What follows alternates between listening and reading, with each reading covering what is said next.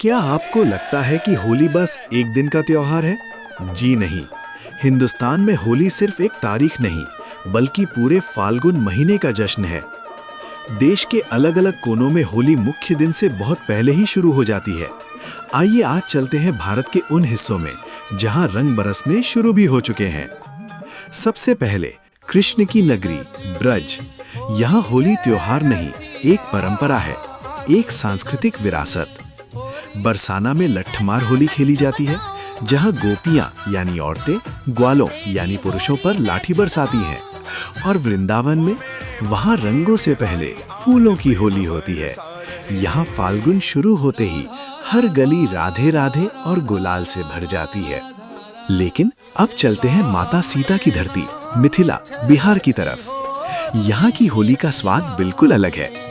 मिथिला में होली बसंत पंचमी यानी सरस्वती पूजा के दिन से ही शुरू मानी जाती है। यहाँ रंगों से ज्यादा शब्दों की होली खेली जाती है। शाम होते ही गांव की चौपाल पर ढोलक बजती है और शुरू होता है जोगीरा।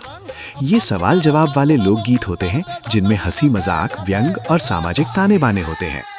मिथिला में लोग कहते हैं यहाँ भांग की ठंडाई और जोगीरा की मस्ती के बिना होली अधूरी है।